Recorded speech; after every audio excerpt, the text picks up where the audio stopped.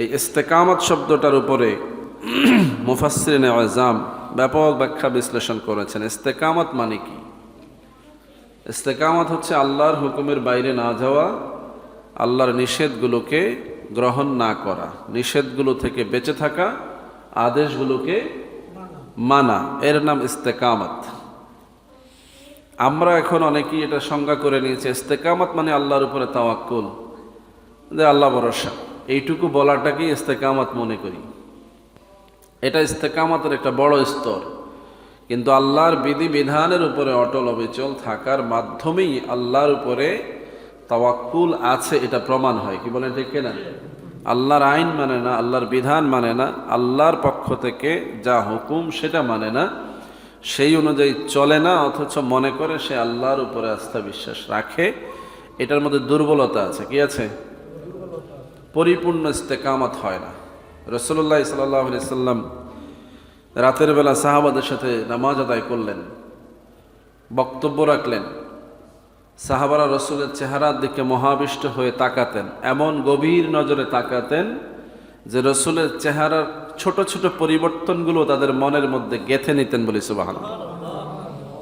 ওই রাত্রে রসুল যখন কথা বলছিলেন, রসুলের চেহারা এবং দাড়ি মোবারক কেমন ছিল এটাও তারা মনে রেখেছেন, বলি সুবহানাল্লাহ। ওই রাত্রে রসুলের একটা দাড়িও পাকা ছিল না, সবগুলো দাড়ি কাঁচা ছিল, এটা সাহাবীদের মনে ছিল। পরের দিন ফজরের পরে যখন রসুল্লাহ মসজিদে এলেন, নামাজ পড়ালেন, সাহাবাদের সামনে বক্তব্য রাখলেন, সাহাবারা খেয়াল করলেন রসুলের কয়েকটা দাড়ি এক রাত্রে পেকে গেছে। সুবহানাল্লাহ বলবেন না? রাতে একটাও পাকা ছিল না, কিন্তু সকালবেলা দেখলেন কয়েকটা দাড়ি পেকে গেছে। রসুলের চেহারার মধ্যে যেন বার্ধক্যের ছাপ দেখা যাচ্ছে। সাহাবারা আজীব হয়ে গেলেন, অবাক হয়ে গেলেন। অবাক হয়ে প্রশ্ন করলেন, ইয়া রাসূলুল্লাহ, এই এক রাত্রির মধ্যে এমন কি হলো যে আপনার চেহারার মধ্যে দুশ্চিন্তা, বার্ধক্যের ছাপ দেখা যাচ্ছে, এমনকি আপনার দাড়িও পেকে গেছে? সুবহানাল্লাহ। রসুল বললেন, এই রাত্রে জিবরাইল আমার কাছে এসেছে, আল্লাহর পক্ষ থেকে আমার উপরে একটা ওহী নাজিল হয়েছে, যে ওহীতে আল্লাহ রাব্বুল আলামিন বলেছেন, ফাস্তাকিম কামা উমিরতা, হে রসুল, আমি আপনাকে যেই বিধান যেইভাবে দেই আপনি ওইভাবে অটল অবিচল থাকেন। আর এই কথাটা আমার জন্য এত ভারী মনে হয়েছে যে আমার বয়স বেড়ে গেছে। সুবহানাল্লাহ। ইস্তেকামত হচ্ছে এটা, আল্লাহর একটা আদেশের ওজনে মানুষগুলো এতটা পেরেশান এবং এতটা ধারক ও বাহক হবে যে তার কাছে মনে হবে এটাই সবচাইতে দামি এবং ভারী হয়ে যায়।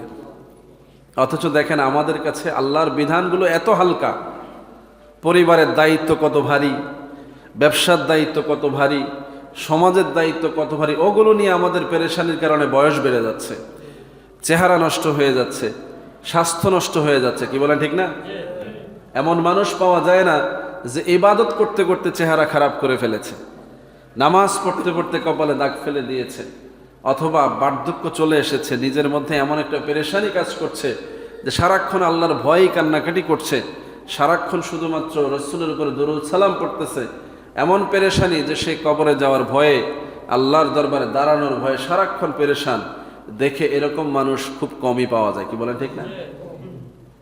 অথচ সাহাবারা দেখলেন যে রাতের বেলা রসুলের যেই চেহারা, সকালবেলা রসুলের সেই চেহারার মধ্যে বার্ধক্য, এমনকি দাড়ি পেকে গেছে। সুবহানাল্লাহ। উম্মতকে আর কিভাবে আল্লাহ শিক্ষা দিবেন? নবীর আদর্শ উম্মতের জন্য আল্লাহ আর কিভাবে প্রেজেন্ট করলে উম্মত আল্লাহর কথাগুলোকে, রসুলের কথাগুলোকে গুরুত্ব দিবে? এই প্রশ্ন আজকে জাতির সামনে আছে না নাই? আমরা দেখি যে এই